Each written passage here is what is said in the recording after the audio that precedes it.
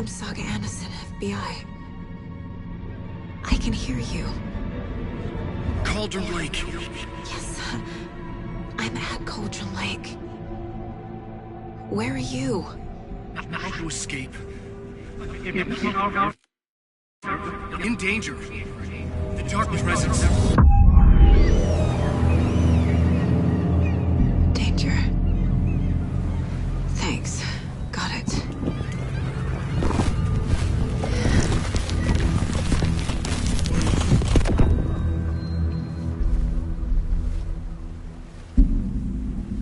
Hey!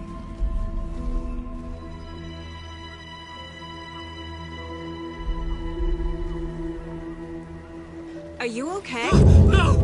It's my fault! It got out with my face! Scratch! Sir, calm down. I'm gonna need you to take a breath. He's changed the story. The Dark Presence. We must stop it before...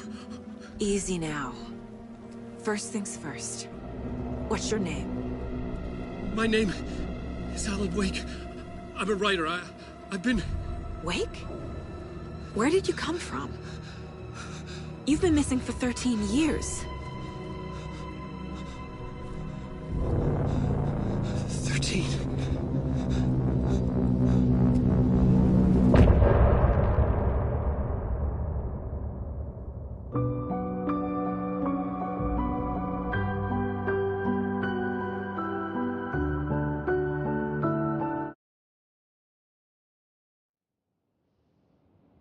Anderson, where did you go? All of a sudden, the radio stopped working, and then that flooding just disappeared. Crazy forest. Is this who I think it is?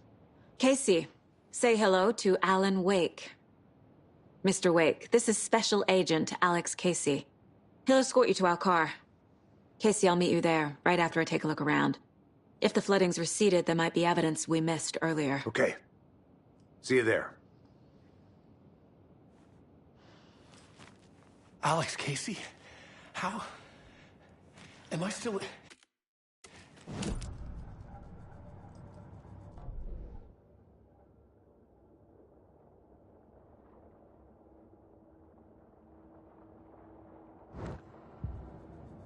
Great.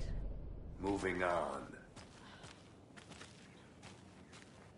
It's a bit of a hike to the car, Wake.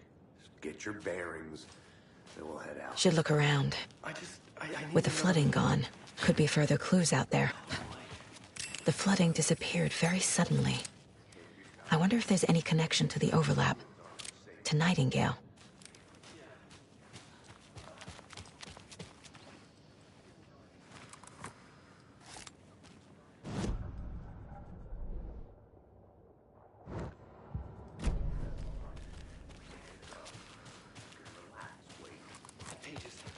If you see pages of writing anywhere, you must take them and keep them safe. Our lives could depend on it. They have vital information. We know about the pages, Wake. We'll keep an eye out for them. Okay. Okay, just give me a moment. It's okay. Take your time.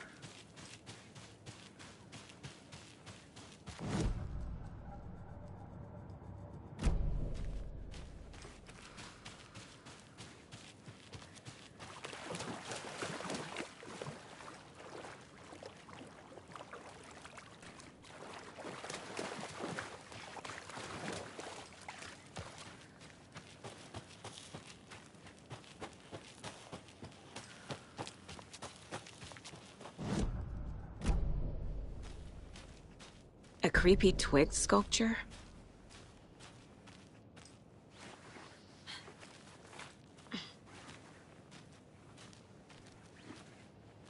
A locked box. Is that the cult of the tree symbol on it?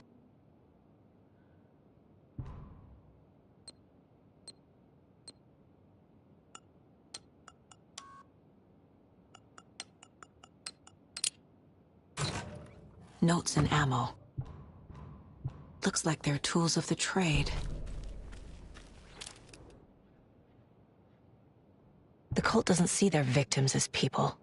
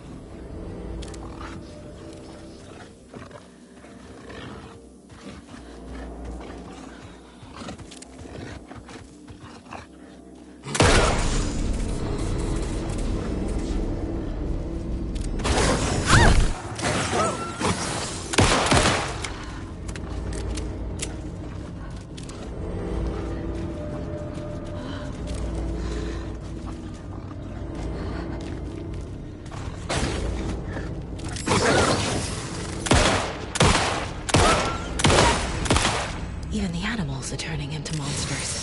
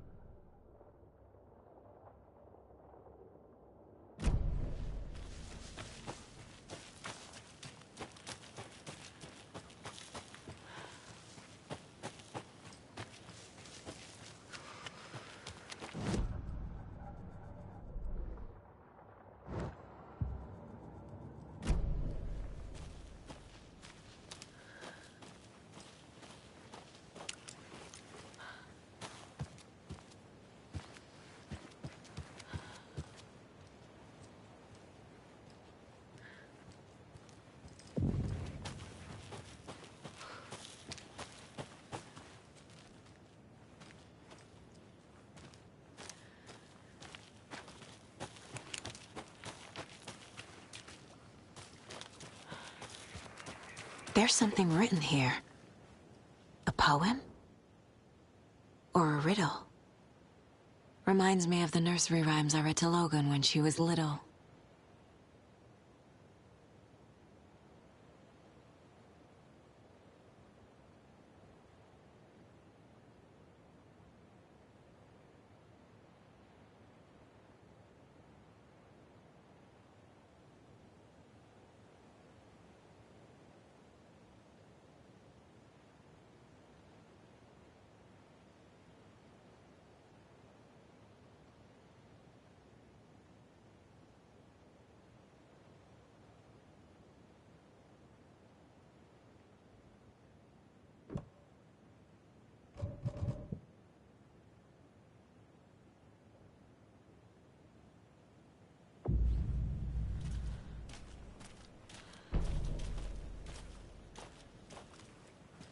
A little clothespin doll.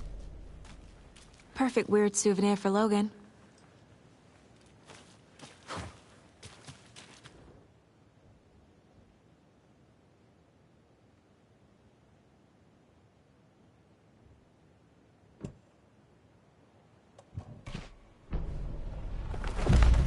Something feels different. I should look around.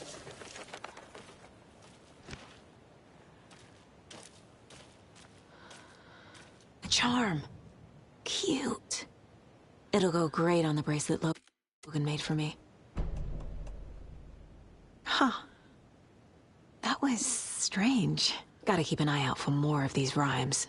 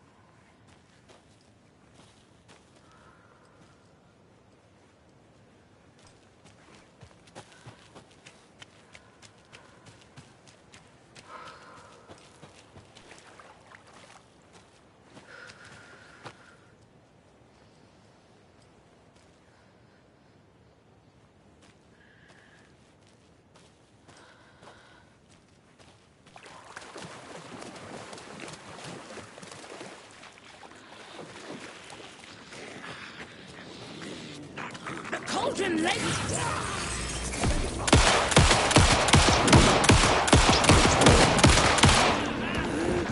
Purpose! Real people. Hungry pieces!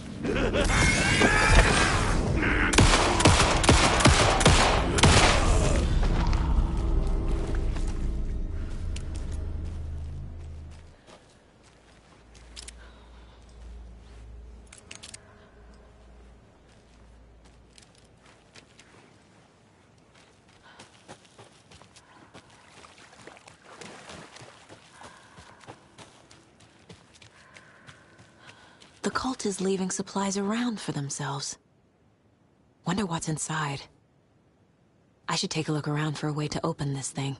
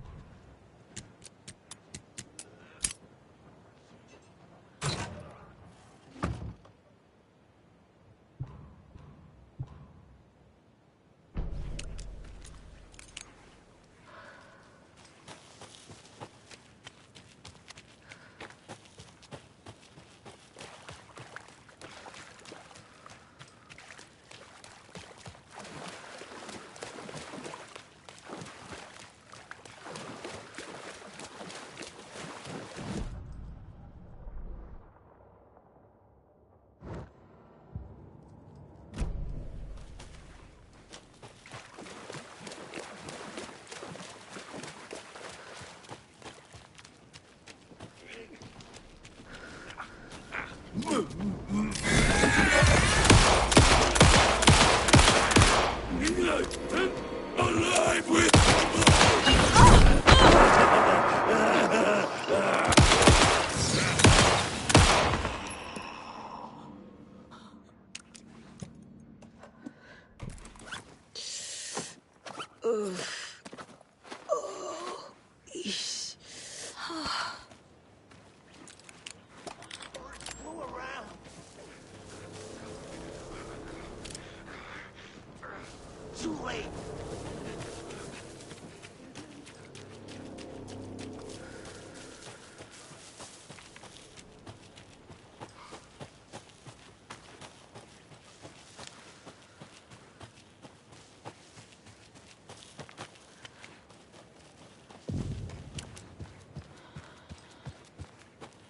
We've reached the car, Anderson. How's it going down there? I think I'm done here. I'll meet you at the parking lot. I've been thinking more about the cult of the tree. What sort of cult refers to themselves as a cult? In my experience, they don't. We're not seeing the full picture yet. Another one of those rhymes.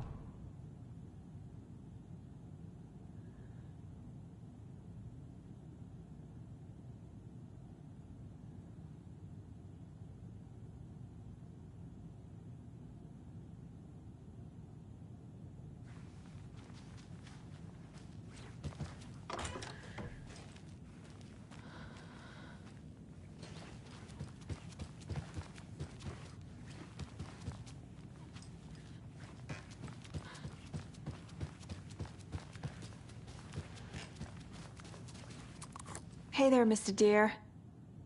You remind me of a dream I had.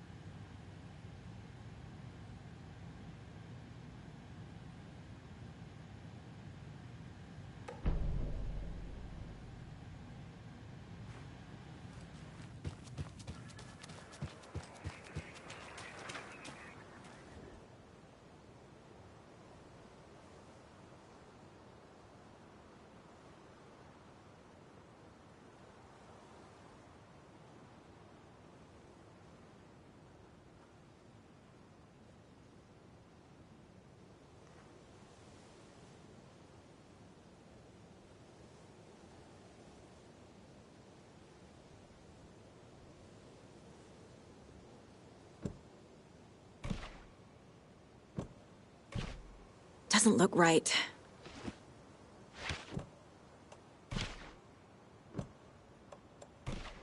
Doesn't make sense.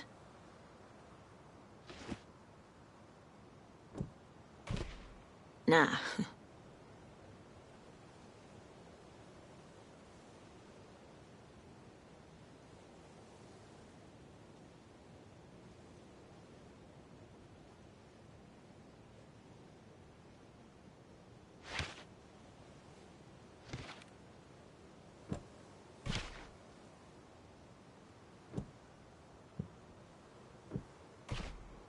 That's not right. Keep trying.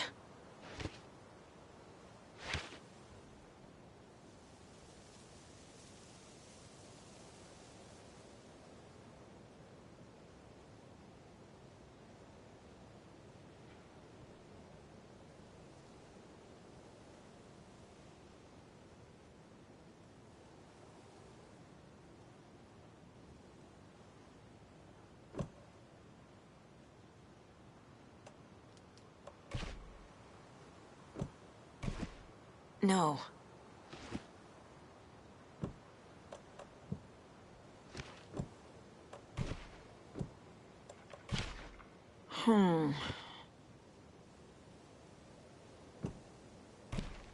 Nope.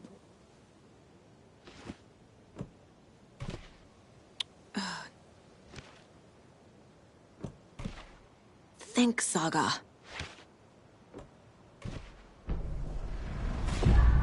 I have a weird feeling something's changed.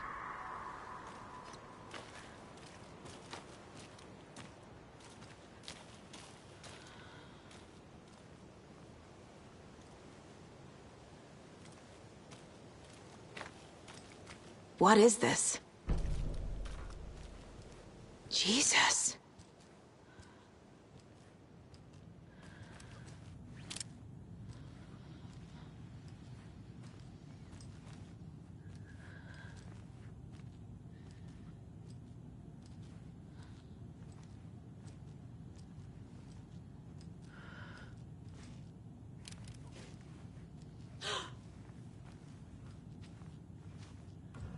Another charm for my bracelet.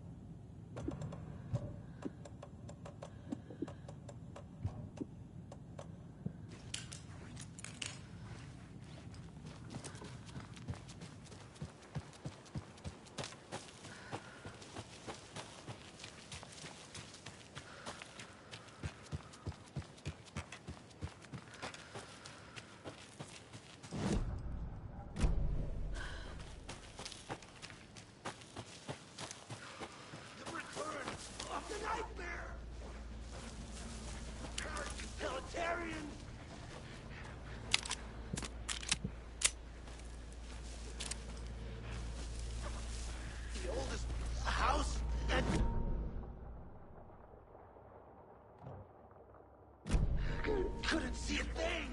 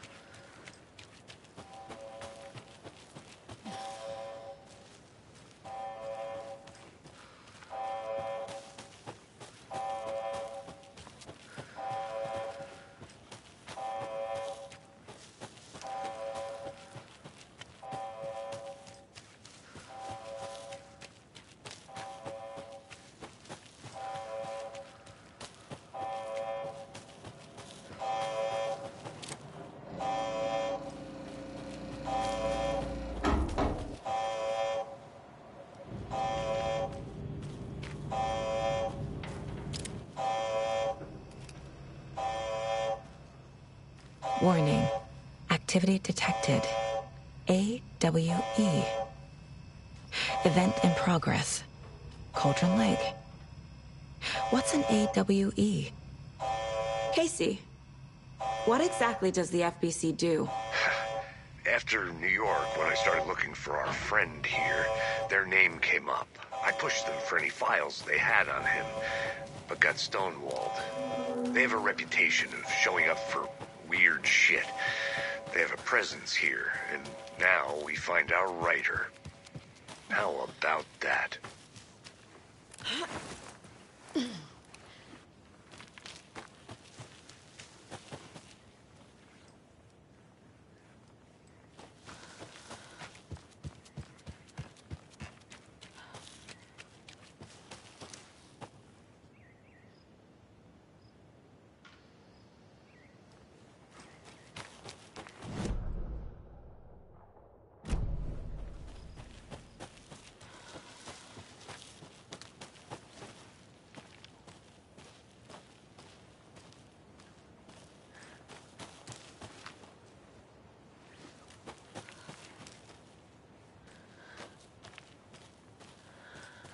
You ready to go?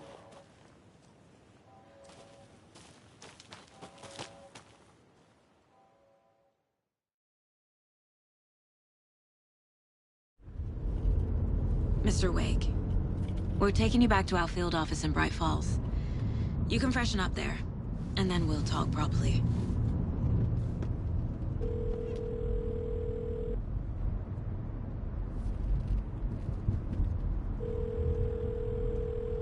Hey, Mom. Before you say anything, I'm totally fine. Don't freak out. Dad shouldn't have even texted you. Logan? No one texted me. What's going on? I'm totally fine. I slipped, that's all. God, it's not the end of the world. Put your father on the phone. Okay. Dad, it's Mom. Don't worry, hon. Logan slipped in the shower and bumped her head. She has a slight concussion, but I'm keeping an eye on her. Lucky I heard her fall. She could have drowned. Jesus, David. Why didn't you call? I tried. It didn't go through. She's fine, really. But what about you? You sound stressed. No, it's, just weird case, that's all. Well, if you need a hint, my years of board game victories tell me Colonel Mustard did it. I'll keep an eye out for him. Love you, Dave. Love you too, honey. Want to say bye to Logan? Just tell her I love her. Bye for now.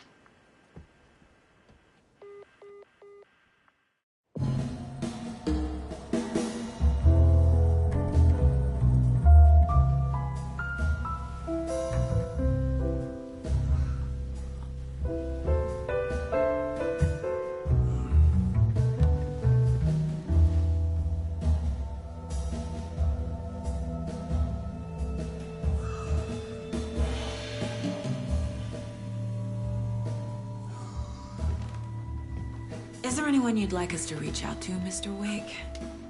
You've been gone a long time. No. No. They'd be in danger. It'll come for me. Okay, let's talk about something else. Robert Nightingale. Do you know him? You were both here in 2010. The Dark Presence got him back then. That's the last time I saw him. 13 years. Fuck me. Tell us about the pages. You had what looks like a title page with you. Return. Is this the name of the story on these pages? The writer's name has been scratched out pretty violently, but your name can still be made out underneath. Scratched out. Yeah. Scratch.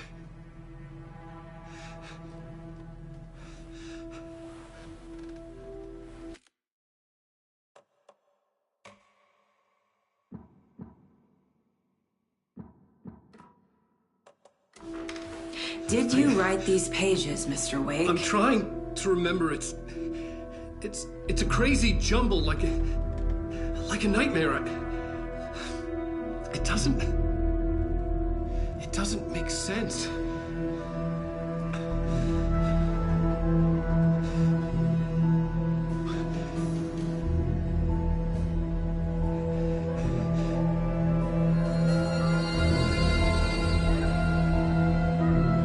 I remember.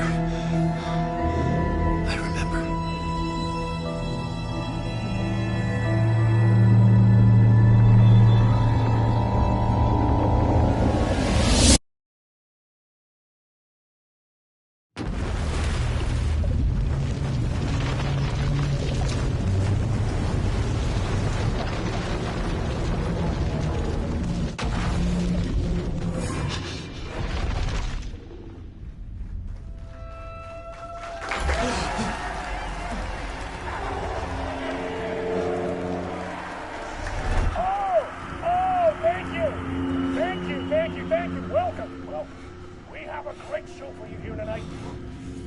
Alan Wake is here. Alan Wake, one of my all-time favorite writers and guests on the show. He's here to talk about his latest book. And as usual, our house band, Old Gods of Asgard, is here. And you crazy Vikings! Was I on a talk show tonight? Waking up in places with no memory of how I'd gotten there. It was out of control. I didn't need another mugshot in the fucking tabloids. Had I already done the show? Was that a recording?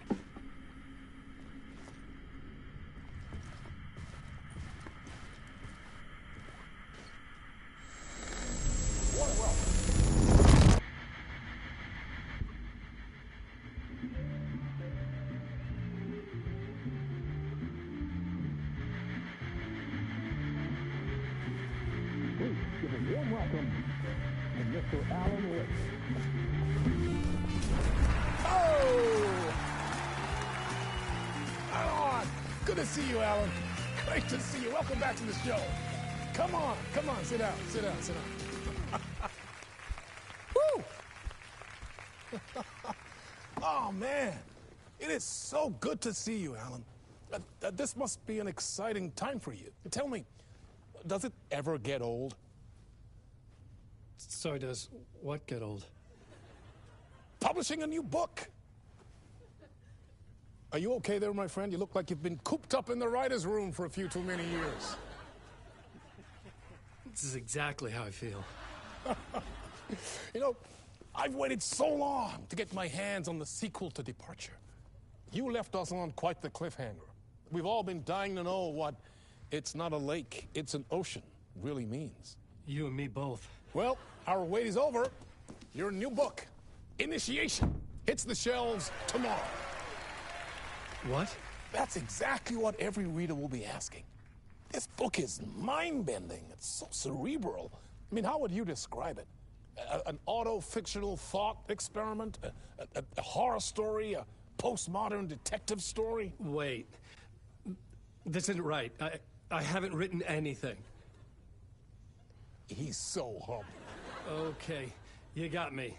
Good prank, very funny. But yeah, sad to say, I've not written this. I'd remember if I'd written a book, right? Or maybe it was written by your evil double. Well played, man. That is spot on. Playing the role here. Pretending the world of the book overlaps our own. That's very meta indeed. You see, Initiation tells the story of a fictional writer named Alan Wake, who is trapped in a nightmare, desperately trying to find the manuscript of a novel he has forgotten he has written. The book is set in New York, but it might not be New York at all. He is tormented by his dark doppelganger and guided by visions of a fictional detective he has written. That's right, Alex Casey is in this book as well. I guess we'll just keep doing this the whole show. The joke's on me. But isn't that what you sign up for with autofiction? No, but seriously, I found the structure of the reality you build in the book fascinating. It reminded me of The Matrix. I mean, the writer is physically in his writer's room, trapped there, and he projects himself out to this dark dream of New York through the story he is writing. Like astral projection. Did I get that right? Yeah, that's exactly right. Go on. I should be taking notes here. This is great stuff. Notes to that other Alan Wake in that room writing this as we speak? Are we all in your story, Alan? Wow. No, I wish you every success with your new book, Alan. I hope it's as successful as your best-selling Alex Casey series. Initiation hits the shelves tomorrow. After this, I'm sure we'll all be eagerly awaiting the culmination of this hero's journey trilogy of yours. A book called Return, perhaps. Man, thank you for one of the strangest interviews of my entire career, Alan. All this talk of meta-narratives. I kept expecting to disappear once this scene ends.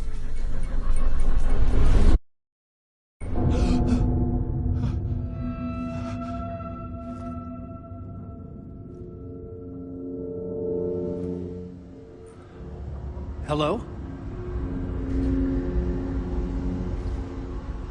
I'm losing it. Something's not right here. I needed to get home. To Alice.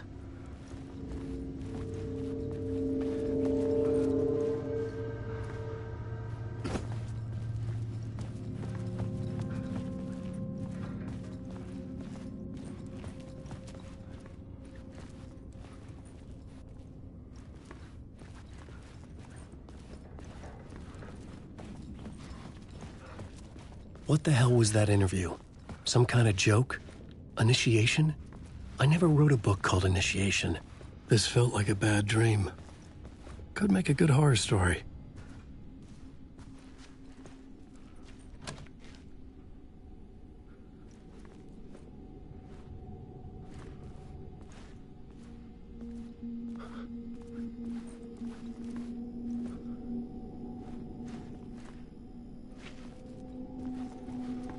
Old Gods of Asgard. That name sounded familiar.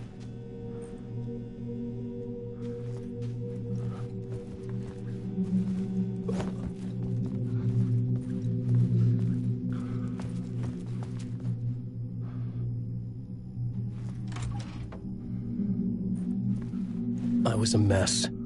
I'd never heard of this talk show or Mr. Door before.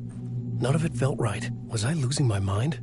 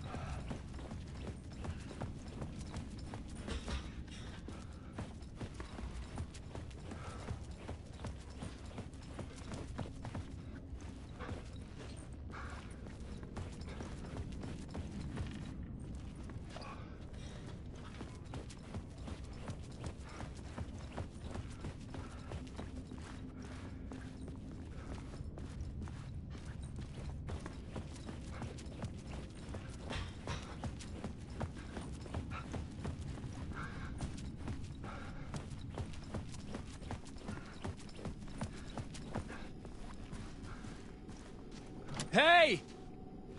I think I've been locked in! Anybody? Fuck. Now I have to find the code myself. Great.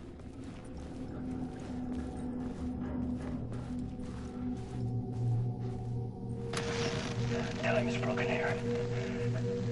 Maybe time never worked the way we think it does.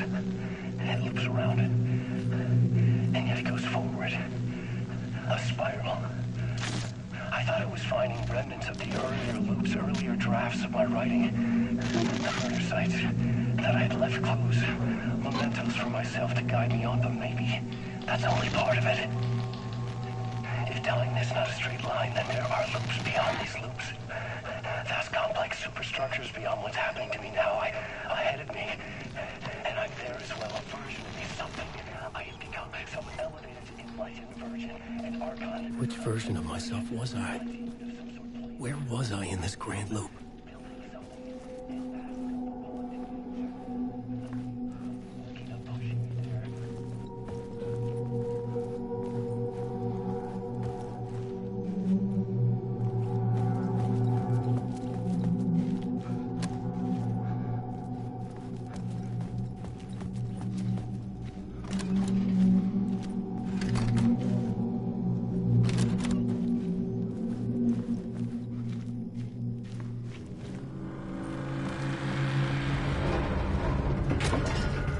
There was something in the studio with me.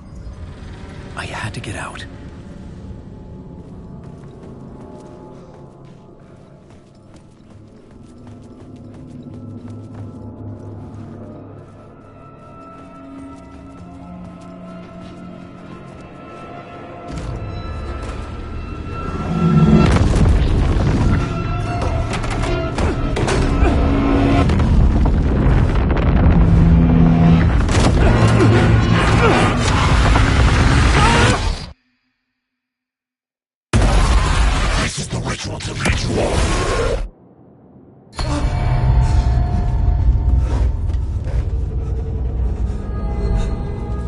Waking up from the nightmare, I felt like a drowning man gasping for air.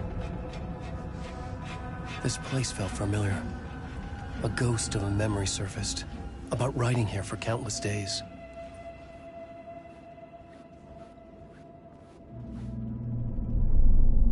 A plot board for mapping out a story. On the index cards, the nightmare that just happened to me. A summary of the story so far, but other notes as well. Warnings.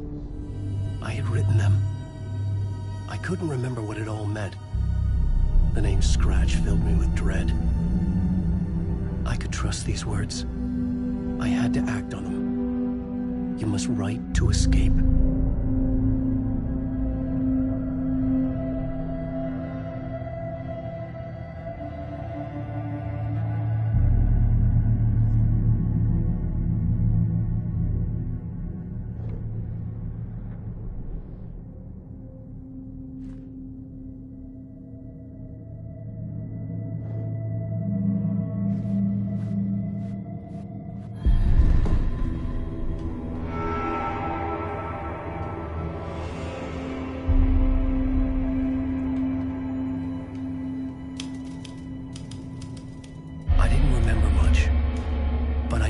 Thoughts and ideas could manifest as reality in this dark place.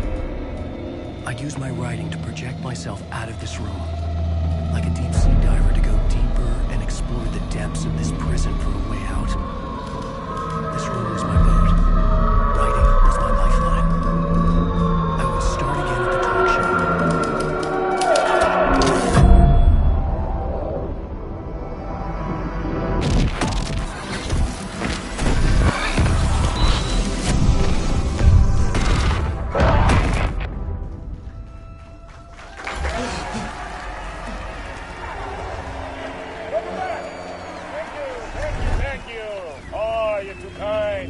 Welcome back. We have a great show for you here tonight. We'll treat all you Alex Casey fans out there. Alex Casey himself is here tonight. That's right. Sam Lake, ladies and gentlemen. The actor who has given his face to the famous detective in the film series. And of course, we have Alan Wake here. Best-selling writer, the books, the films are based on. Let's do this!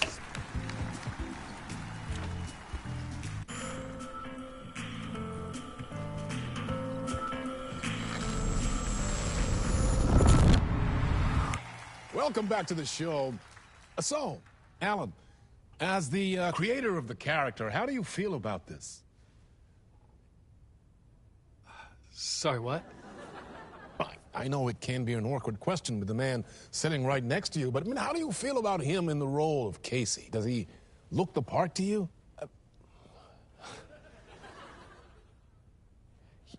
He looks exactly like I always imagined Casey to be. It's uncanny. Thank you. That means so much to me. I'm a huge fan of your books. So, what's the problem, Alan? Because on more than one occasion, you voiced your reservations about the adaptations. It's not that. They're their own thing. They've gone with choices that are different from mine. I feel protective about my stories, and these adaptations... I don't know. I guess I just wish I could have been more involved in making them. Well, in that case, you won't have seen this either. We have a clip from the new film, Murder Case Casey. Should we roll it, or do you want to say something first, Sam? Nah, just roll it.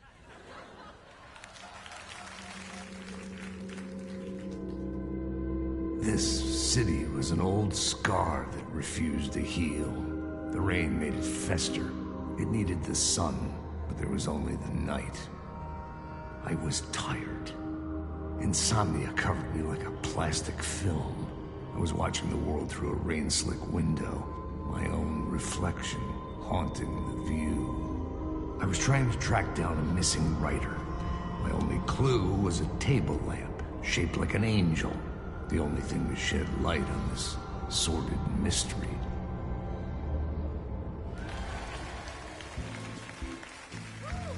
That's great! Murder Case Casey! Great job, Sam. Very exciting and very meta. I'm looking forward to seeing more.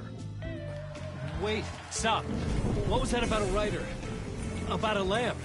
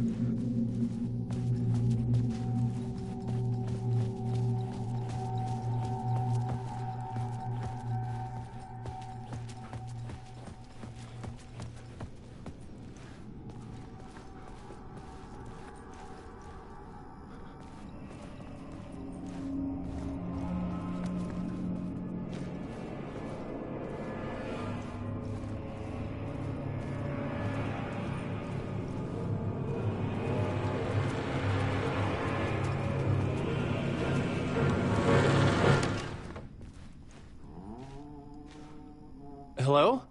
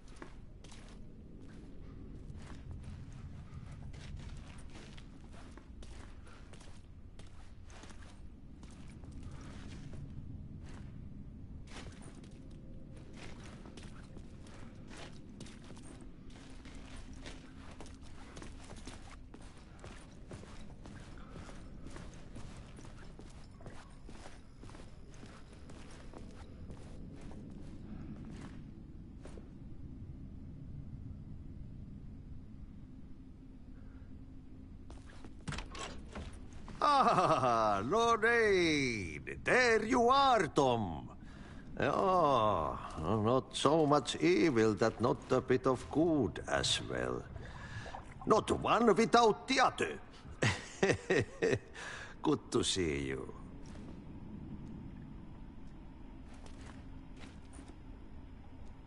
Hey, I can't seem to find my way out of here. Can you point me to the exit?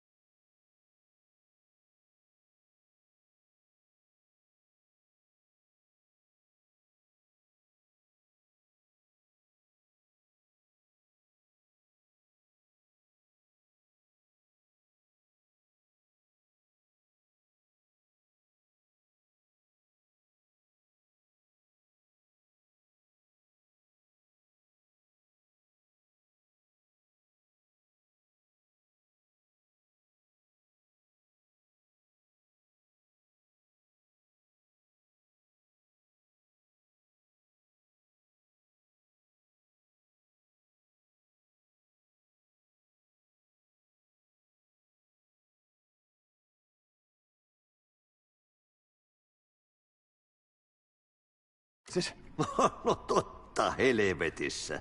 Of course, Tom. The work will instruct its maker. I was gonna get something from the basement for you, but you can get it yourself now. The more cooks, the worse the soup. Have we met before? Are you trapped in the dark place too? You remember Ahti, the janitor. You can't be lost if you don't worry about where you are headed. So don't worry, Tom. The sun will shine even into a heap of twigs. Just remember to turn on the lights. It won't take long when you get to work. What do you want me to get from the basement? And my name's Alan, not Tom. Ja, mutta katsopako a man, but a man with a tool makes two, Tom. Eikö niin? And a man with a tool can build his own exit. It's in a shoebox, in the basement where you left it. Safe as in the Lord's purse. Here's the key.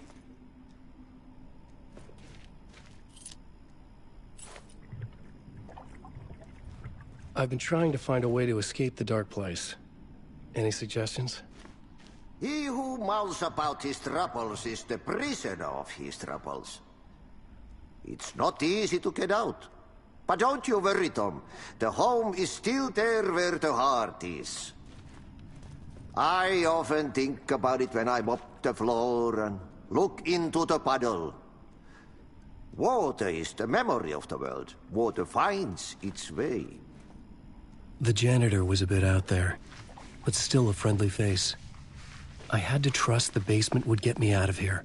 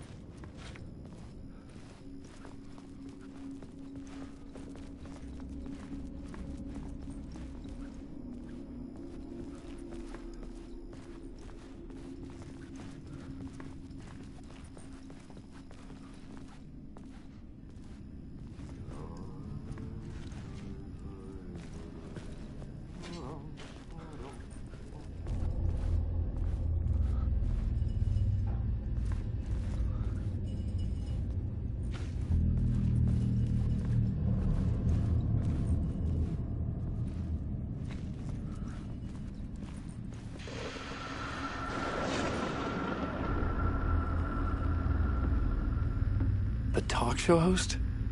Good evening. A writer trapped in a dream world attempts to write a story to shape reality around him and escape. He is beset by visions leaking in from realities beyond his own. He uses those visions as inspiration for his stories, in hopes of giving them power to make them come true. Us, Hidden View, know that ultimately he will succeed. But for that, many of his stories collapse back into the stuff that dreams are made of, to remain as they began, works of fiction. An old lamp and a shoebox. Was this what the janitor had left for me?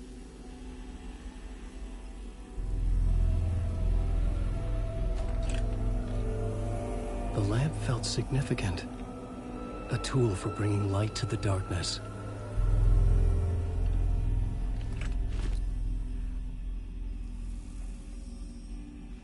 I felt a magnetic pull between the lamp and the light overhead. Whoa! When the light jumped into my lamp, the whole room changed, like something in a dream. Opening a way forward, the lamp was humming. The bulb glowed. It held the light now.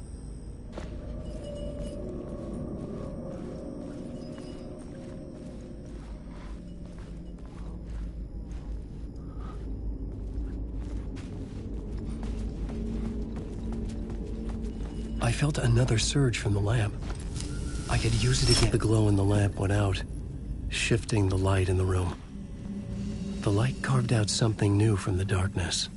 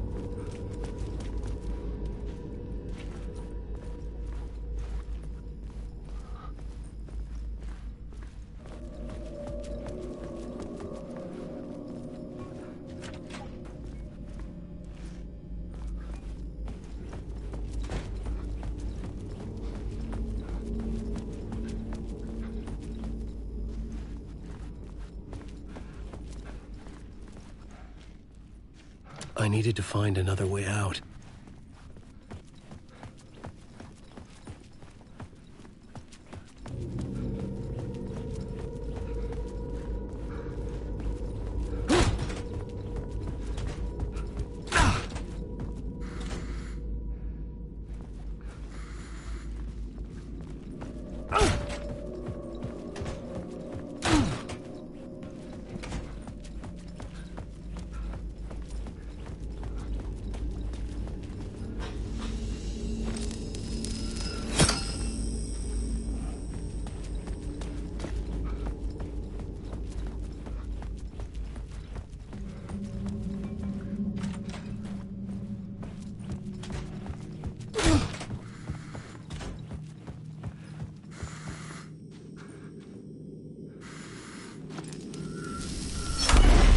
Place wants to drown me. I'm losing myself. I have to fight it. I have to remember. The clicker. The light switch. I lost it. But I have the lamp now. The lamp the switch was cut from. This place is a nightmare. Not real, and yet more real than anything. The danger and the horror are real. It feeds off my mind. Twisting whatever it takes into psychotic reality. I'm trapped here. I write to escape. I've tried this many times, written countless stories, forgotten how many. I keep failing. But I must keep trying. I use the story to dive deeper. Every word I write is a step forward on this spiral in the darkness. I dive to the body to find the answer, the map, and the key, the compass. That's combined to form a door leading out. But how do you open a door that's not a door? At the bottom of an ocean that's not an ocean. And a lake that's not a lake.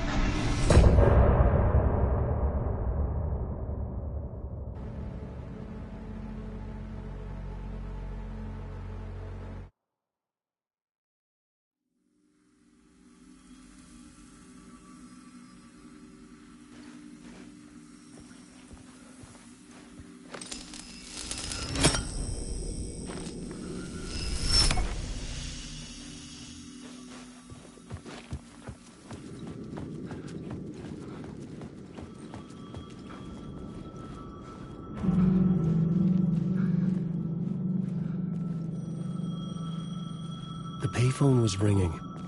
Somehow I knew the call was for me.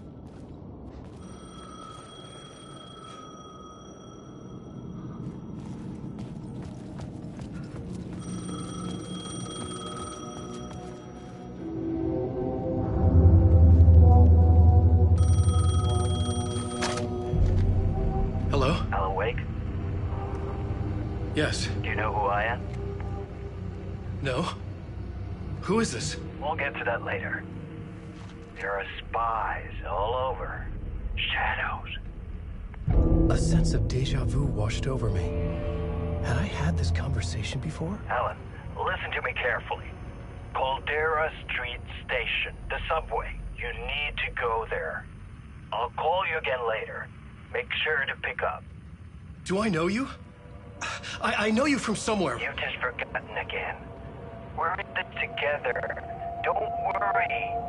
I got you now. We've been working. Great. I'm losing you. Hello? Hello?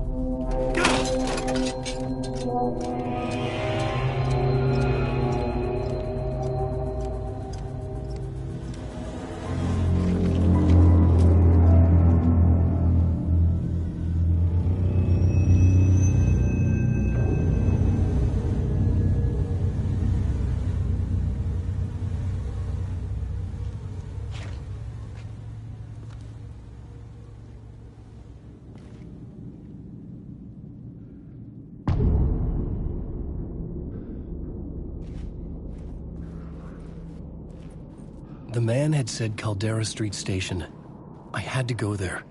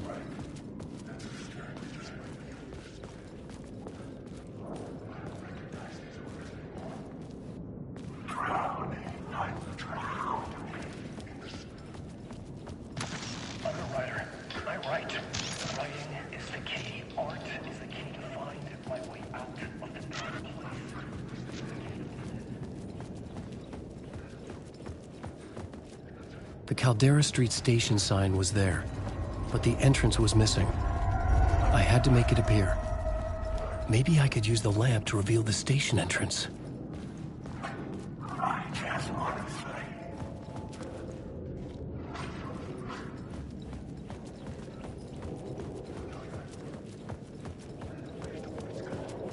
The lamp was dead in my hand. I needed to find a light for it.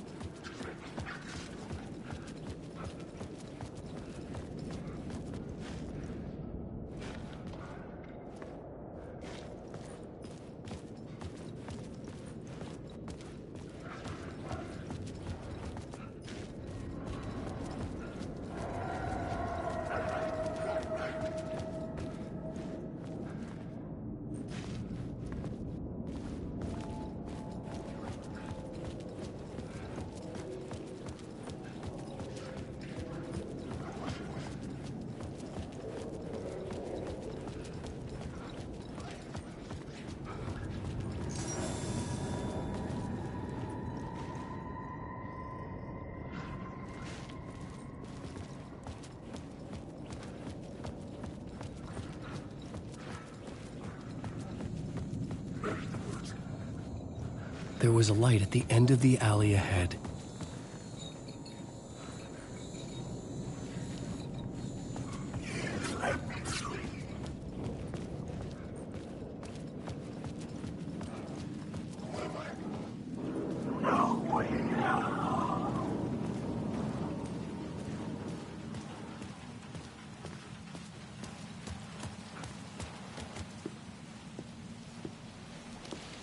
Is this the way it was on the page? What the hell?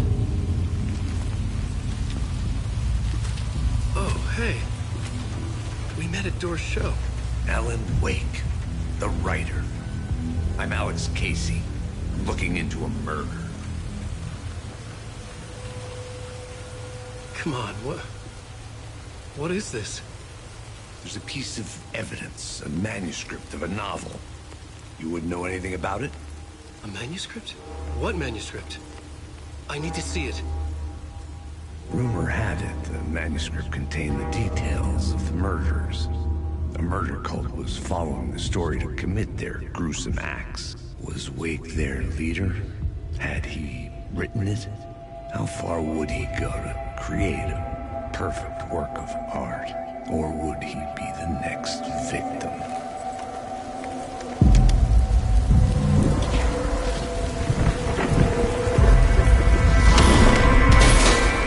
Stay here. No, wait! I need a gun! No chance.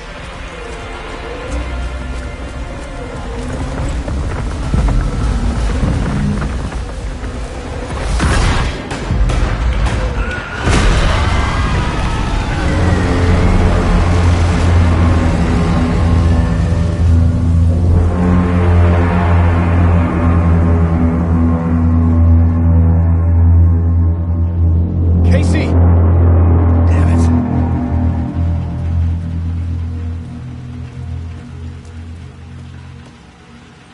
I remember dying in this alley in a dream I had. He was just gonna keep killing me here, loop by loop. You're not gonna get what you want. You think you know. You know shit. You don't really want to know. You're gonna get what's coming to you.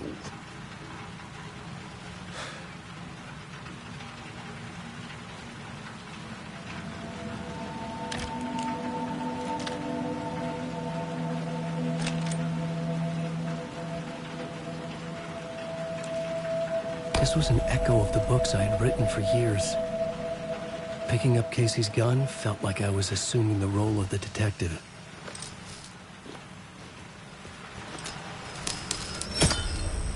I had a light now. I needed to get back to the subway station entrance.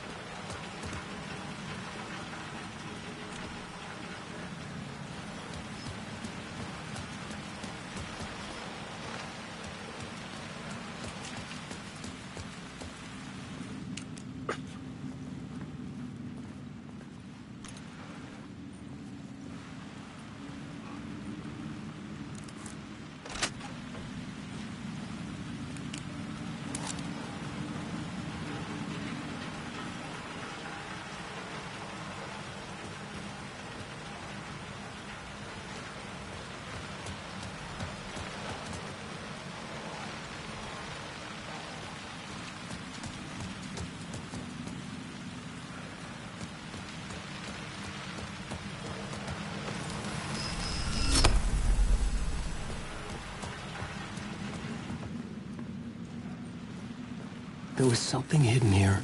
A phrase repeated over and over. The words resonated with meaning. Had I written this?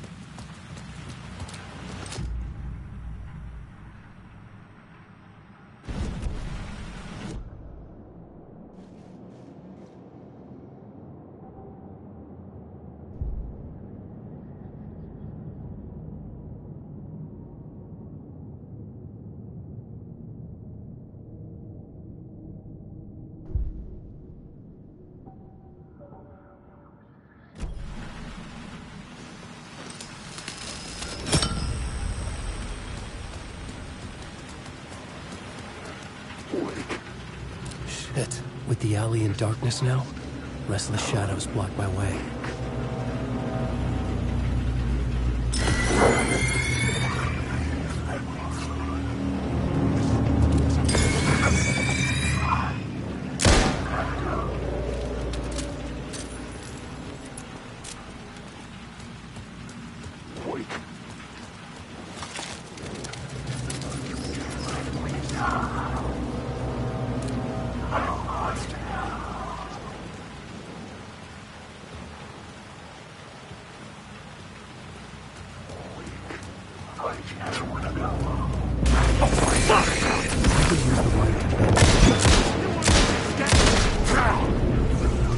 shadows faded out.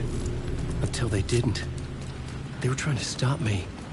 With the gun and flashlight, I could fight back.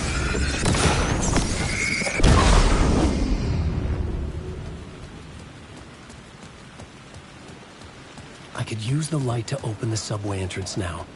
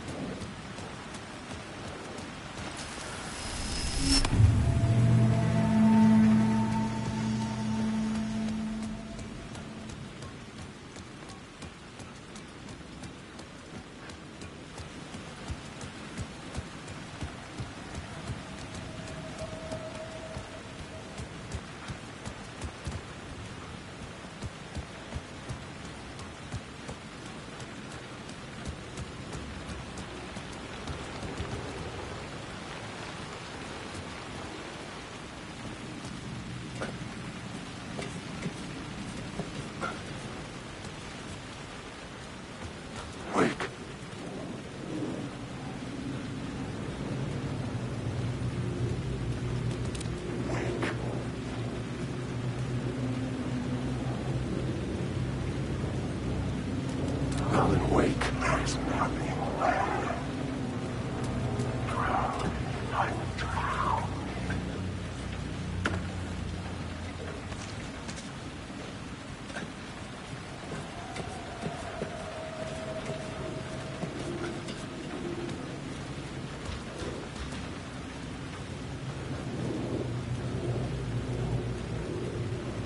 I had written books about Alex Casey for years. Something lingered here. A line from a life Rain tried to wash away the sins of this city. But some sins, the evidence of the crimes committed, could never be erased. Not by the rain, or any amount of therapy from Dr. Jack Daniels. It remained bruises under my skin like tattoos.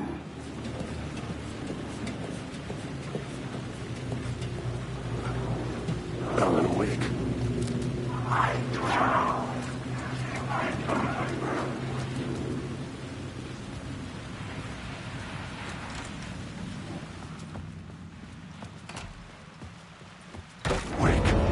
Careful now. Alan Wake.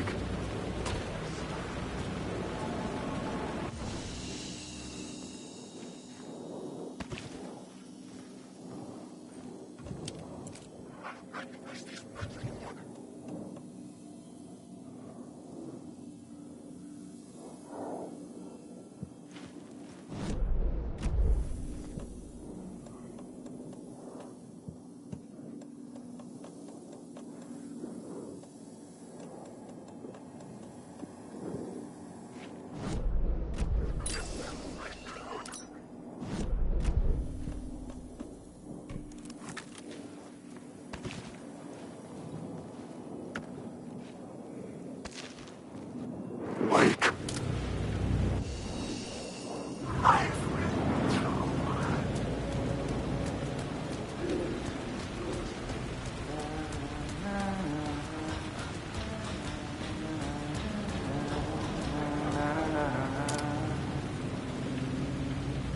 Hello? Oh. Hey, Alan. You snuck up on me.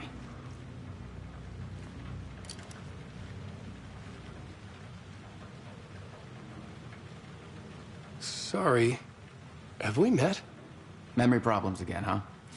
Yeah, we've met. Tim Breaker. We've shared notes. Hey, I've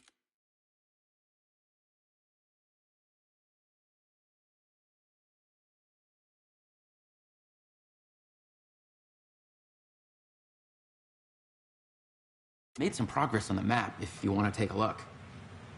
I still haven't found my mystery man, though. You're making a map.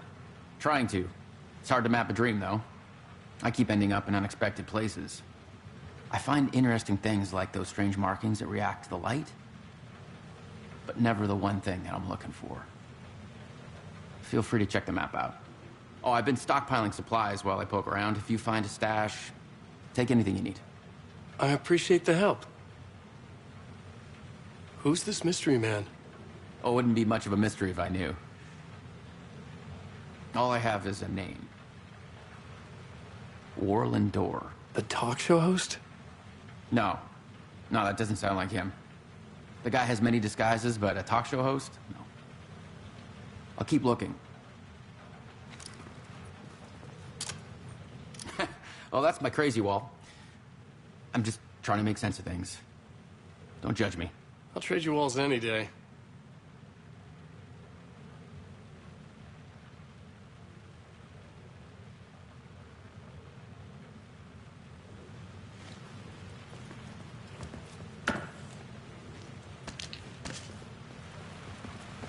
See you around, Alan.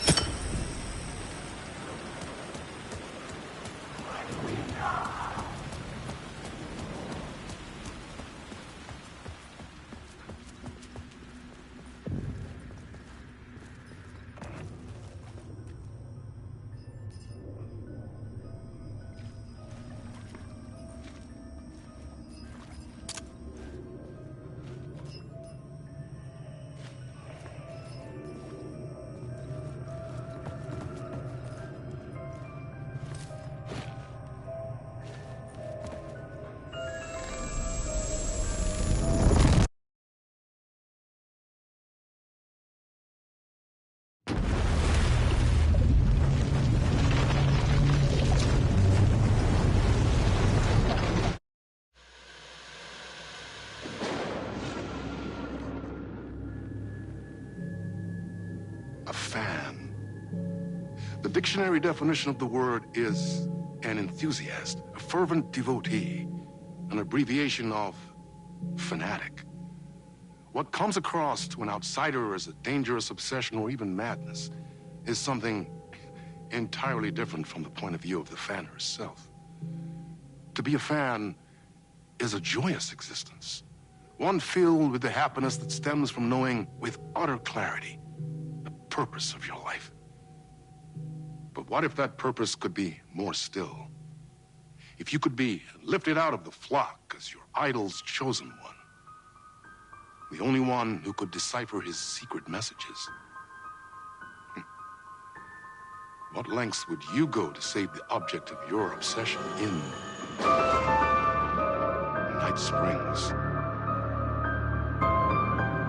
Tonight's cult classic episode, #1 fan.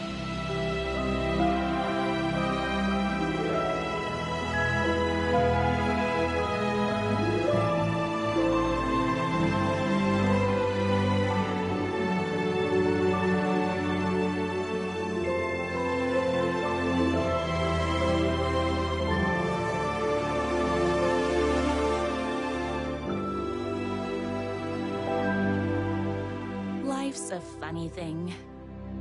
You spend all your time wishing and hoping and dreaming for something, and then, bam! Destiny shows up at your door like a mailman with a package you were pretty sure got lost because you ordered it like 6 months ago. But that's okay. When your destiny has eyes like sunsets and a beard like mahogany-colored velvet, you don't really mind how it arrives.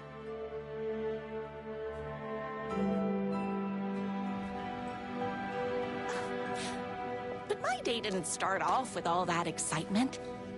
It began like any other day did for this waitress/protector of the town of Night Springs. As always, Knight's Diner was the hottest spot in town, so there was plenty of work to do.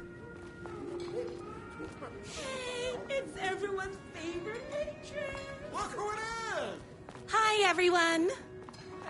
Could I get another cup of that delicious special brew that only you know how to make? Of course. Who else wants a top-up? Me. Right here, please. One for me, please, and thank you.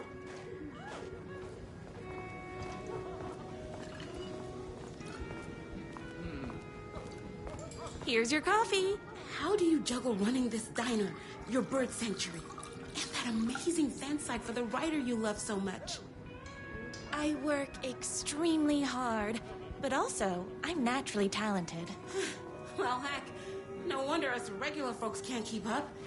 I'll never be as successful as you. Here you go. A person of your genius and grace is wasted serving coffee to us regular Joes and Joannes. Oh, I don't mind. Hot coffee. I heard your fan site for that writer was named best fan site in the world. Congratulations. Another cup. I would kill to have a passion like you do for that writer of yours. You two are destined for each other. We sure are. That's everyone's coffee. Better put this pot back. I loved being the very successful owner and operator of the county's most popular diner. But that was nothing compared to my grease fire of passion for the writer and his sheer literary talent and flowing hair and lips like buttery pie crust. Pie! I need to clear the empty pie plates from the tables. Shucks. The writer lives just outside town in that mansion of his. Why don't you go talk to him? Oh, we have our own ways of talking. I saw in the news that you saved every single kitten from that bear attack. Amazing. Thanks. Those yoga lessons really paid off. Is Knight's Diner going to enter the statewide pie competition this year? Of course. We're gonna make this our 20th win in a row. My date last night was a total bust. What can I get you? Oh. I need a good book recommendation. After all, you're the town's literature buff. Oh, you have got to read the newest book in the Writer's Crime Trilogy. I'll grab...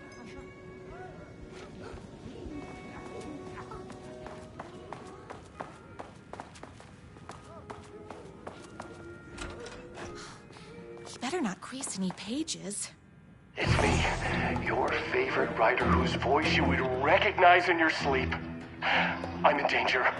Please, my #1 fan, you're the only one who can save me. Oh my gosh! Don't worry, I'm on my way.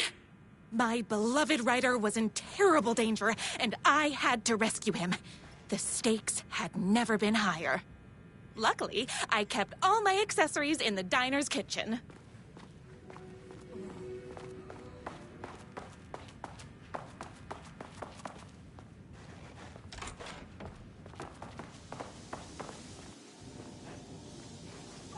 My accessories.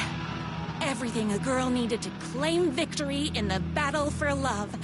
My trusty 12 gauge, fully automatic. Extreme circumstances call for extreme shotguns. My bolt-action hunting rifle with a gorgeous walnut stock. Deadly, and looks good doing it. Just like me. I was finally ready for a night out on the town. With danger. There was no time to waste. The shortcut through the boatyard was the fastest way to my writer's mansion in the woods outside town. This way! You better hurry! Go through the boatyard! This was my moment. My chance to save the writer and make him realize how much he needed me. And if that's not love, I don't know what is. We'll run the diner while you're gone! Or we'll be way worse at it! Tell him we all love his books! Save literature! You're the only one tough and graceful enough to save him! I was leaving my old life behind, like a body left to sink in a lake so no one finds it. Nothing would get between me and my future with the writer.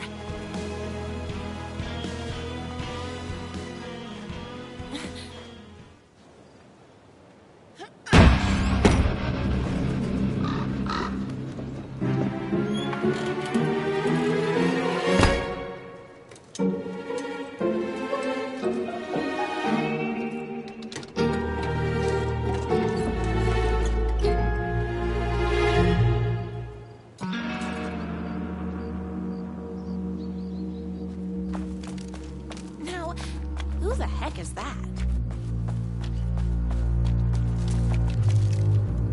I knew you'd come to his rescue. Who are you? And why do you look like a slightly less handsome version of my writer? Oh, don't you ever compare me to that worthless hack.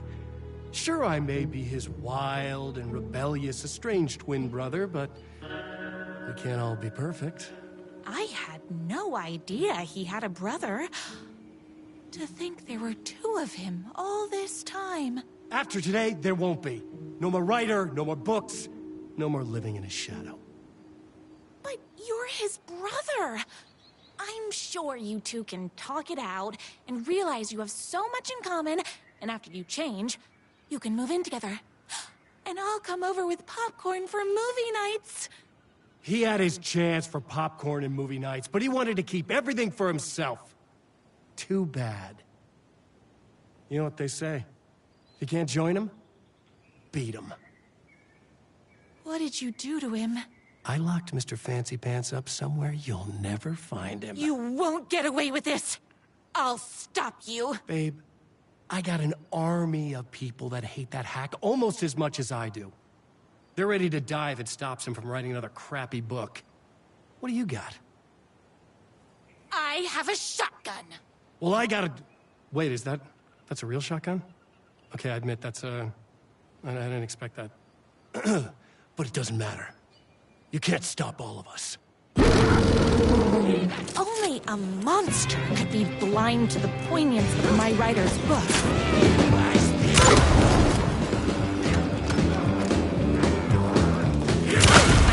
This morning, so don't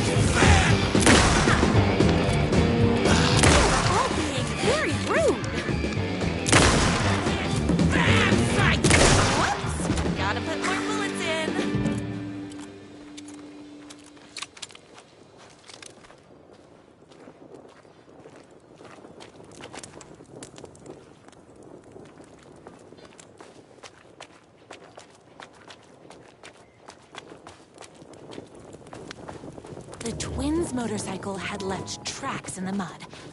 I recognized the tread pattern immediately, thanks to my famously keen perception.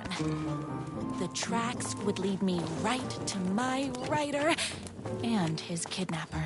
I felt like the detective from my writer's books, solving the case with my wits. All I needed now was an unlimited supply of black coffee and crippling emotional trauma caused by the untimely death of my spouse. More haters. I ate my spinach this morning, so don't mess with me.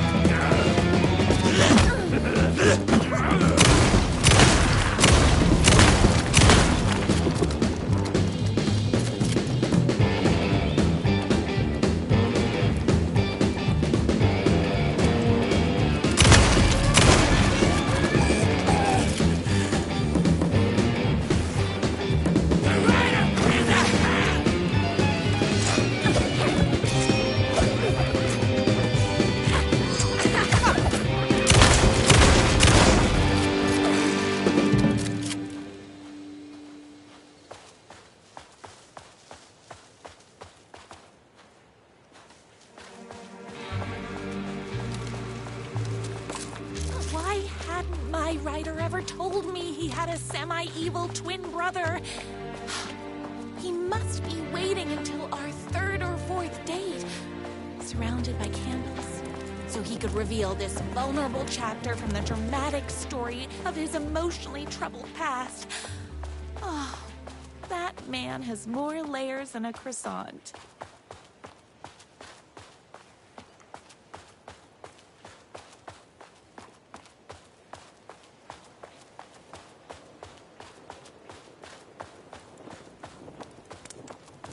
The motorcycle tracks ended at a cabin. Was my rider inside?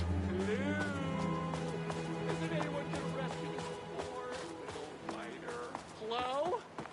Is anybody there? I'm just a frail rider and I require aid. He's inside. I'm here. I've come to save you. Oh, joy. We can finally be together and sit through poetry readings and drink $18 cocktails and have high tea with the queen. Wait a minute. My rider only drinks coffee.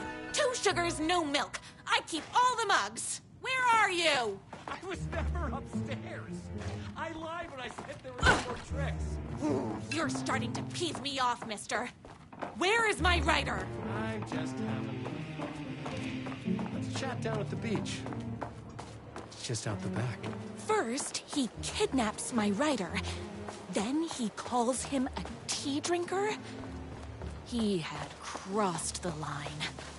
Hey, me and my bike were just enjoying the view. Where is my rider? What do you even see in that crybaby? He's boring, he dresses like a nerd, Hush your mouth! He is a stylish intellectual who is in touch with his feelings. You're starting to cramp my style, babe. And I'm not telling you where he is. You are going to tell me where he is, or else. Or else what, babe? You asked for it. You're rude, you have no manners, your too cool to care attitude is attractive initially, but drives people away after they realize you're emotionally incapable of letting your walls down to reveal that you are a vulnerable human being just like everybody else. You are trying way too hard with that outfit. No, stop! I don't like being seen! Listen, I never had your precious rider. I was just keeping you distracted while my army of haters storms his mansion. Now the love of your life is doomed. Doomed!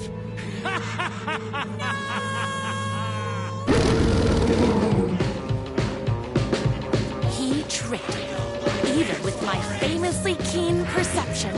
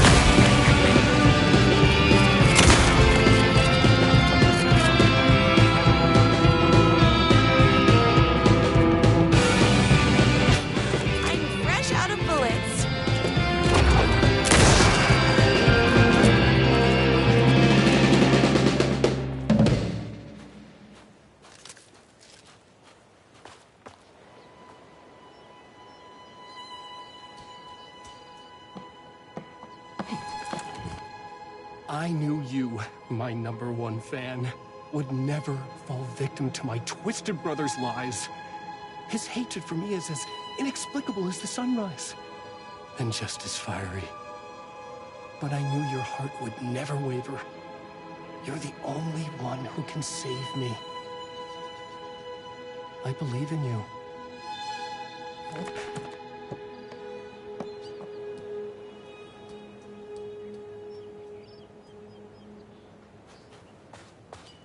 My rider believed in me.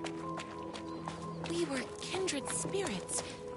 We fit together like a bicycle chain and that spiky wheel thing the chain fits into. We were connected by love and destiny. He was meant to be mine, always and forever. There was no time to lose. I was the only one who could save the writer and the very soul of literature from these evil haters. The fate of all art rested on my shoulders. The stakes had never been higher.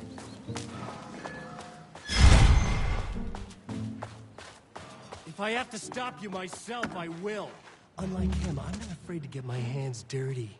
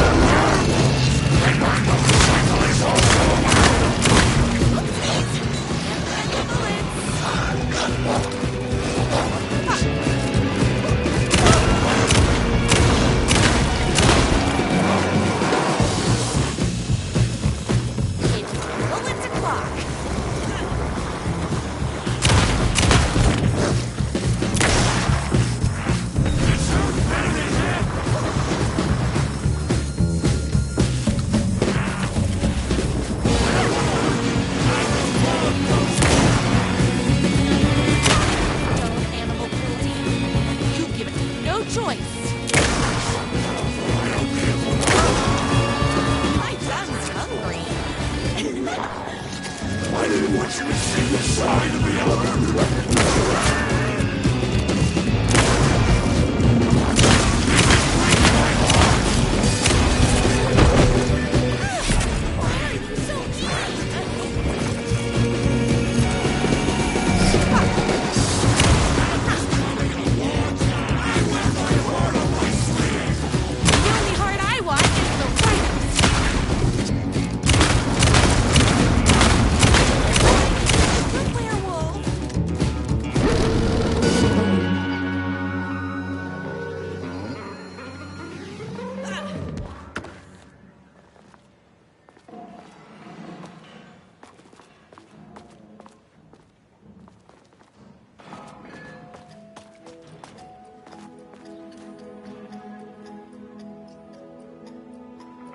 Go ahead. Finish me off. I'm not going to kill you. You're my darling writer's brother. You really do love him, huh? I guess I never even had a chance. I was just jealous of his talent, his money, his velvety hair. But mostly, that he's got the love of somebody as amazing as you. Oh, you silly werewolf. You could have all those things too.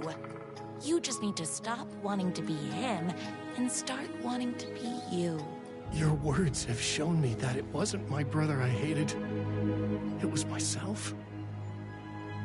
Oh, what have I done? Those haters will tear him apart, and it's all my fault.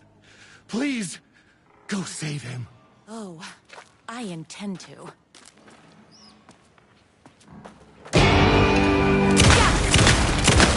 Someone order a reckoning? Me and my friend. I'm fresh out of bullets. Hold on. I need to fill my gun up.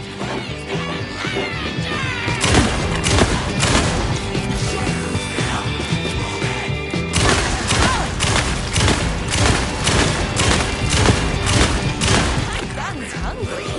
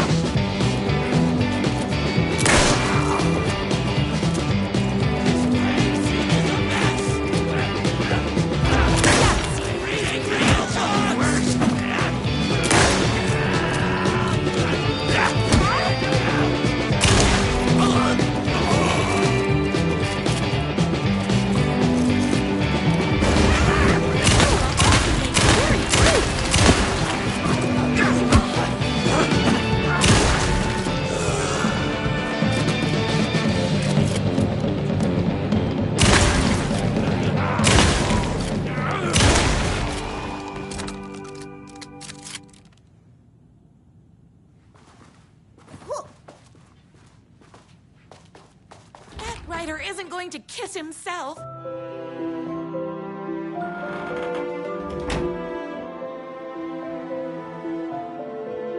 And there he was. After all the fighting, we were finally alone. Together. Our love was written in the stars. And so we danced like two spinning planets that would eventually crash into each other in a dazzling display of flames and rocks and other planet stuff. He told me all the sweet things I'd been waiting a lifetime to hear. I saw myself reflected in his eyes. I would always be at his side, to inspire and protect him. He needed me. Now and forever. After all, I am his #1 fan.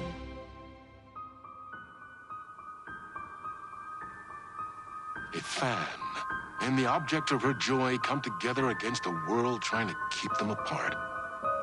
A happy ending for some. But is happiness, like beauty, all in the eye of the beholder? Where is the line between fandom and fixation? One can never tell. In Night Springs.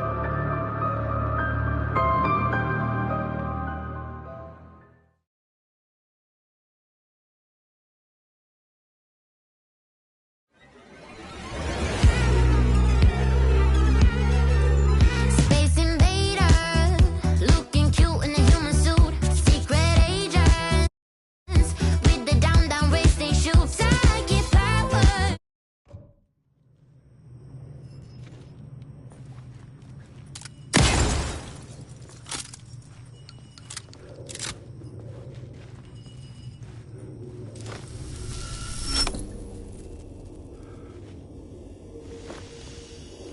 The gates to the platform were closed.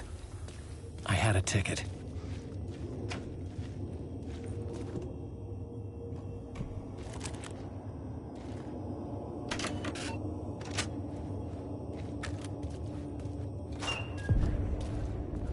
Something about the station platform felt significant. It would work in my writing, but I needed more. Something lingered here. A half-forgotten memory. An echo. An FBI agent had come here before me on the trail of a murder cult. He'd gone missing, presumed dead. The cult was leaving me clues to follow, connecting the dots from one murder to the next, inviting me to draw an obscene picture on the city map. Caldera Street Station. The name made me think of the exit wound of a bullet. I had a flash of inspiration. The ghost of my fictional detective. A story thread I could use in my writing. I had a location. I had a story thread. I would put them together, write them into my story to create a path deeper into the dark place.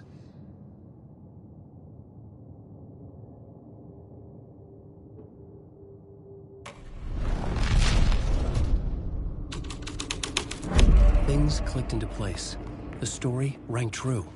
I was making progress. The dark place reacted to my story. The way into the tunnels was no longer blocked.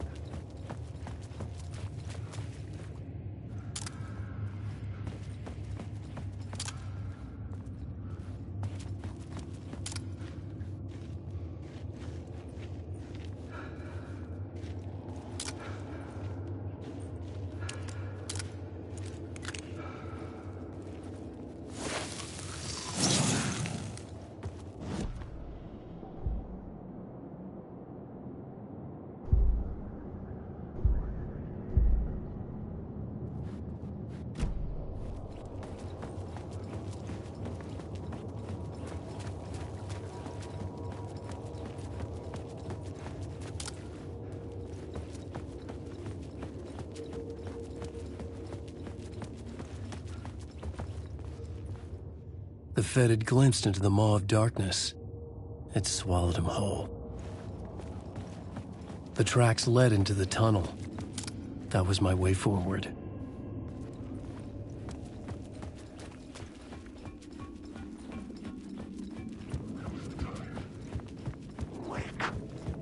The blood trail continued deeper into darkness.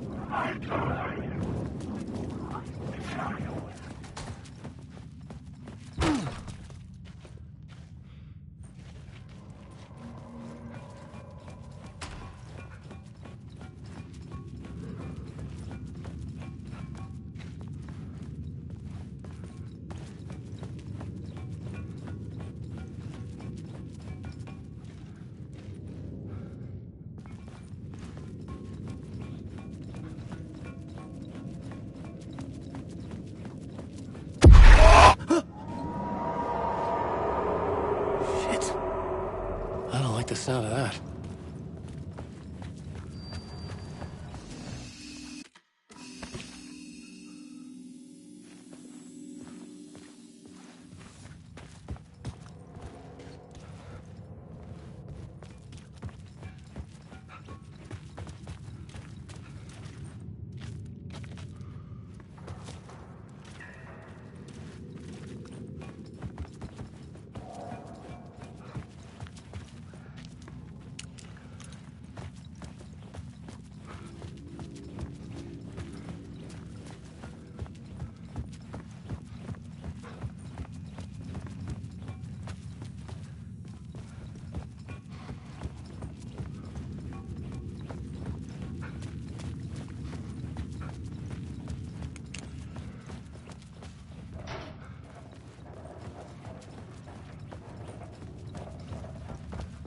The tunnels were a maze.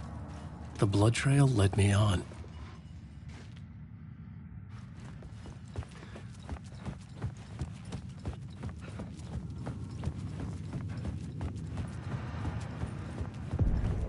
Another place to use in the story. I needed to search the tunnels for further visions. Inspiration for the story that would lead me deeper. I had found another compelling location to use.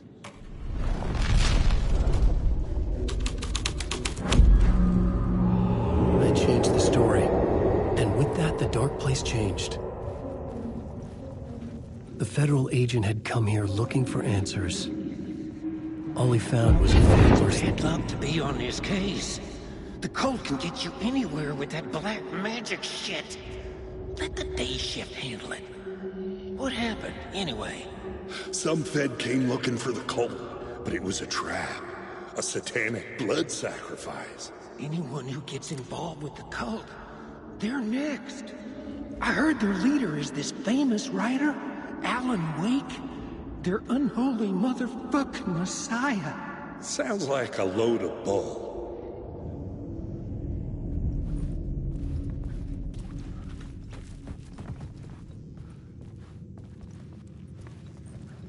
The blood trail disappeared under the rubble.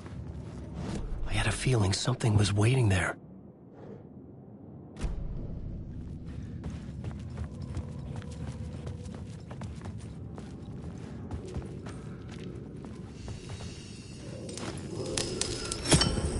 Another echo lingered here, a source of inspiration.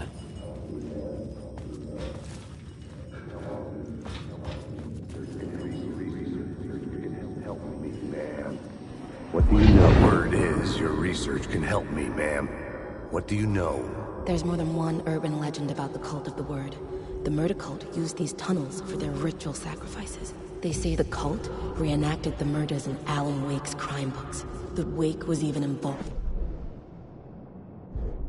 The plot element I found would drive the story forward.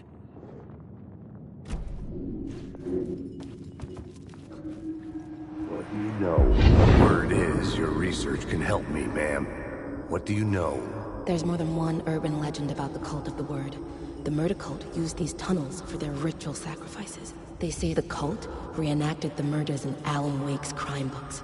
That Wake was even involved somehow, under a false identity. Mr. Scratch, which is, of course, a nickname for the devil himself. It was disturbing finding myself in the story this way. But I was desperate, and it felt right for the story.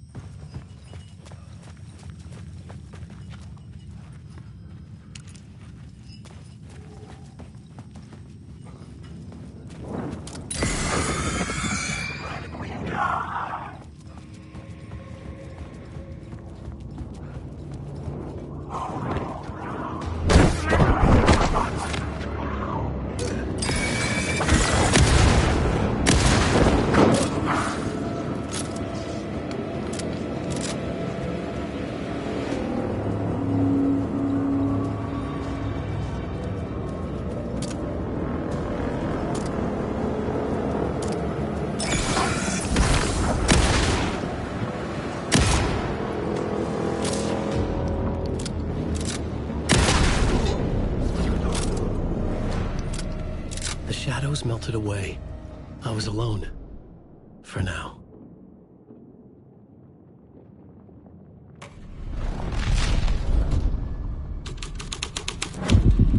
I was making my way deeper into the story. I could imagine this murder cult performing their macabre acts beyond the collapsed tunnel. The cultists laid the Casey novel onto the altar with reverence. Their twisted Bible.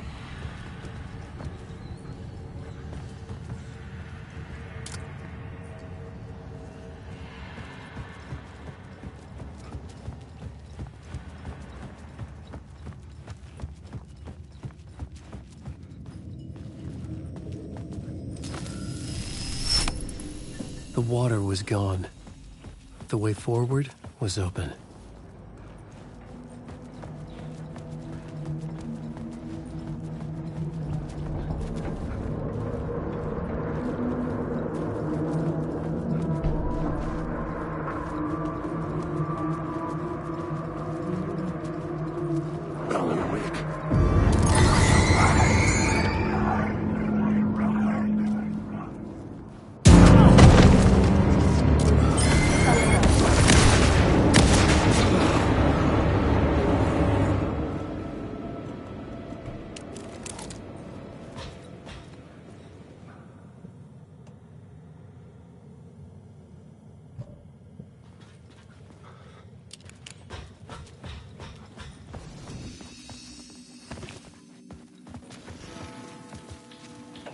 is fading like a dream. I must hold on to it. I remember an awful beacon in the darkness, the scene of a ritualistic murder site in the subway tunnels. It's the previous draft of my right. Must be. I've been trying to hack the dark place around me, but so much fades away. Even my memory of the process, washed away by dark waves. Some things remain. The darkest, lasting elements. The train blocked my way forward, but it was here for a reason. It had a role to play.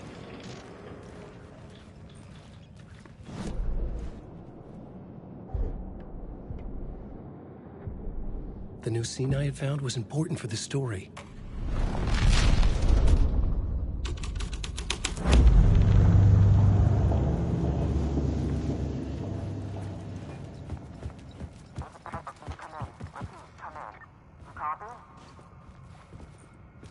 Hello?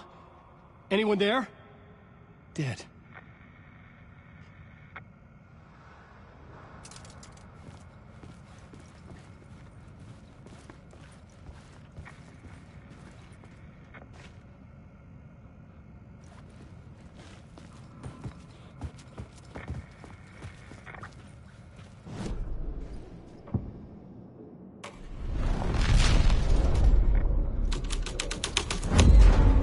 The scene here had changed.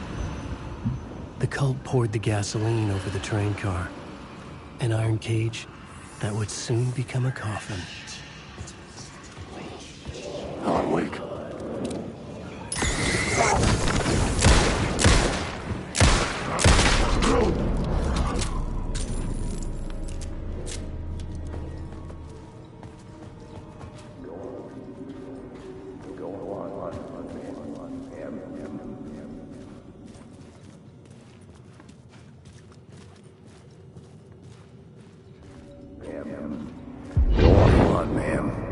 This is where the history of the cult gets genuinely disturbing.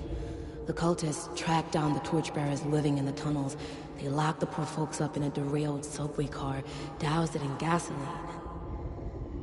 Yeah. Charming. It turns into a bit of a ghost story after that. They say the dark smoke from the fire still roams the tunnels searching for new victims to devour. There are no happy endings in this city. The story thread felt important. I could use it in one of the scenes I'd found.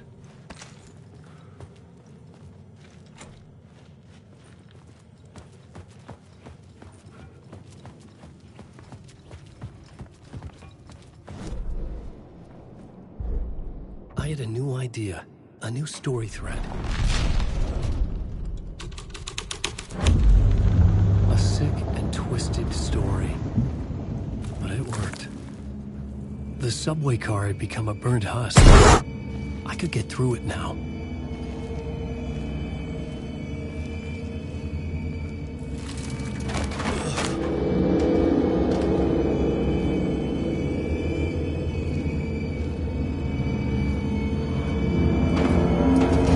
None of this was real. It was all real.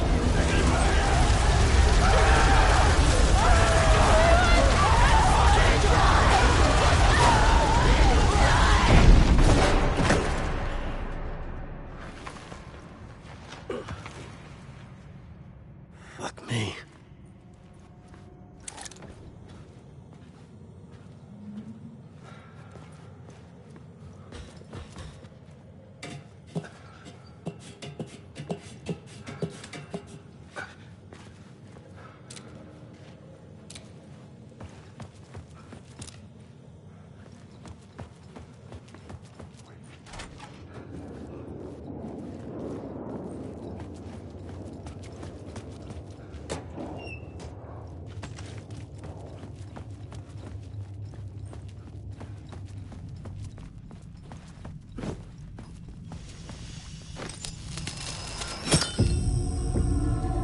My path was blocked.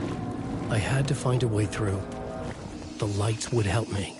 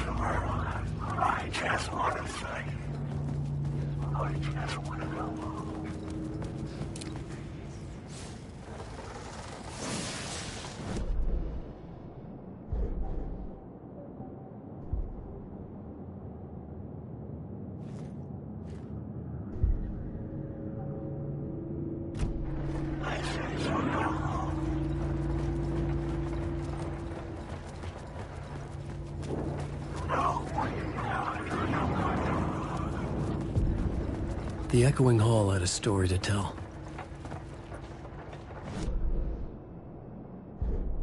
I had a new scene to use, a new setting.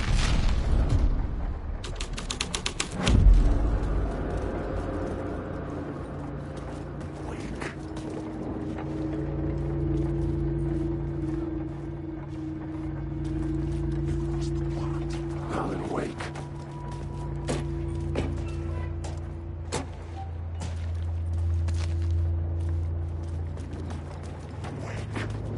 I am lost in the dark.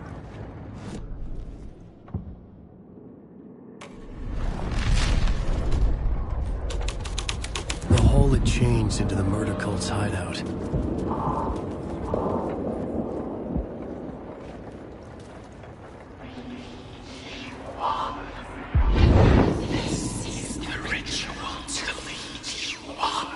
The Fed had witnessed something here that made him run scared. Whether the summoning ritual had been a bona fide supernatural event or the mass psychosis of stark raving lunatics, it didn't change the facts. The cult was messing with things no one should mess with. The ritual was a vital part of the story, the key to reaching the murder site. This new plot beat would carry me.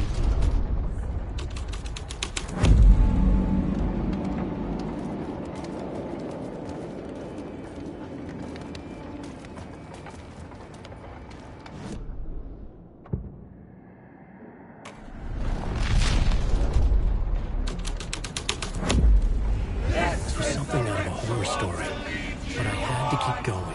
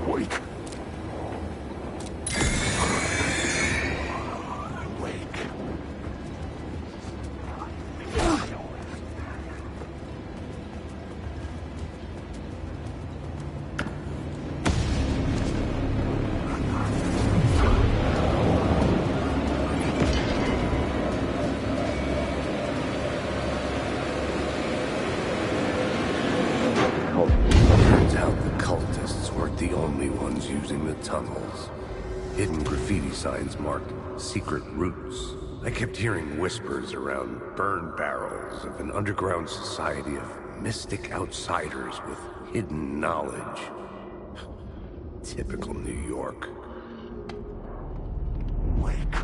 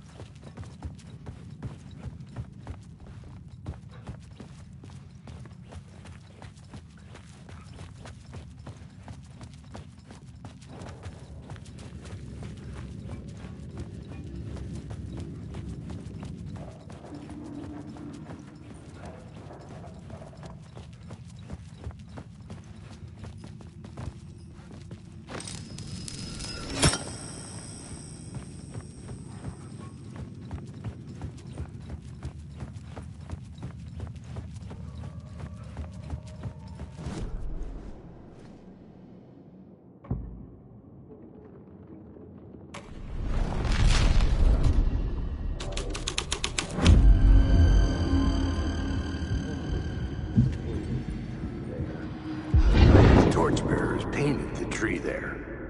The tree of knowledge? The tree of life with its roots reaching down to hell? It could have been a Christmas tree for all the good it did him.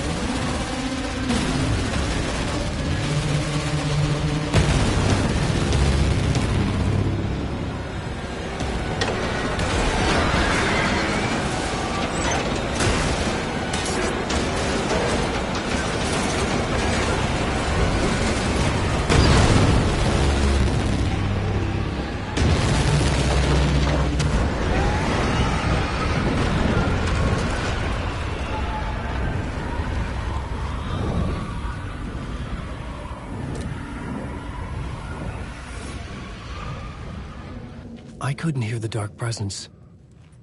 It was gone.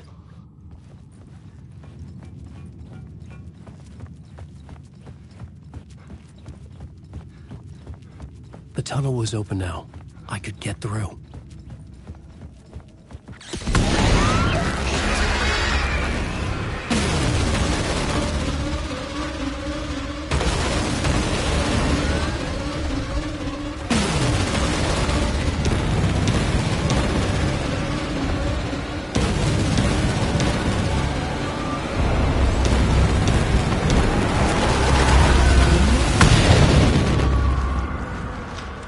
Dark presence. I had seen it before. I remembered now. It was always out there, hunting me.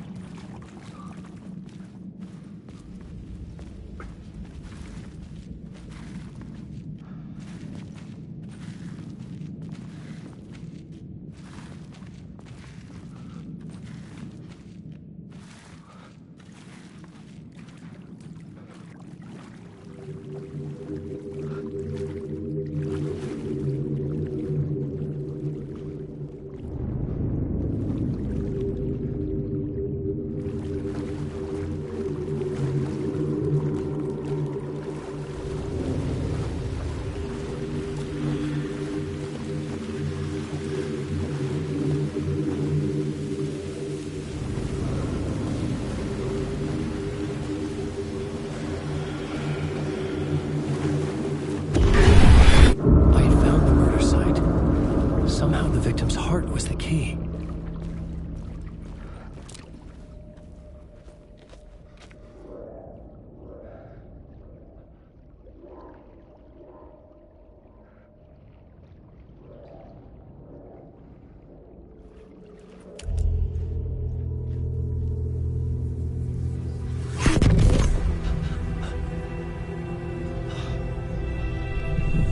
Something had shifted. I felt an overwhelming closeness to home. An FBI agent? Who are you? What is this? Who are you? She can hear me. I'm Saga Anderson, FBI. This is Alan Wake. I'm trapped here. The dark place. Under Cauldron Lake. Cauldron Lake? Who are you? I'm trying to escape. I'm making progress, but I'm in danger. The dark presence. Help me. Please, help me. I could sense it. I was closer to home. Had the woman in the vision helped me somehow? Something had changed. Outside. Parliament Tower.